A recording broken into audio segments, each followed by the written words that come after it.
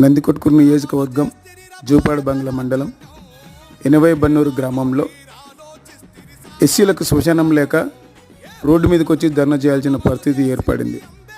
ఎస్సీలో ఎవరైనా చనిపోతే వాళ్ళు శవం పాతి పెట్టుకోవడానికి స్థలం కావాలని రోడ్డు మీదకి ఎక్కి ధర్నా చేయాల్సిన పరిస్థితి ఏర్పడింది.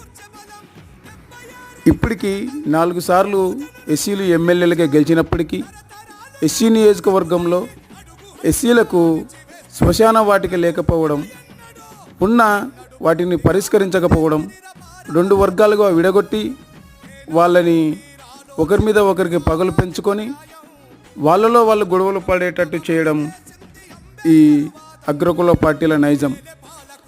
ఎస్సీలుగా గెలిచినటువంటి ఎమ్మెల్యేలు ఎస్సీల కోసం పనిచేస్తున్నారా లేకపోతే వాళ్ళ పార్టీ కోసం పనిచేస్తున్నారా ఆలోచించాలి.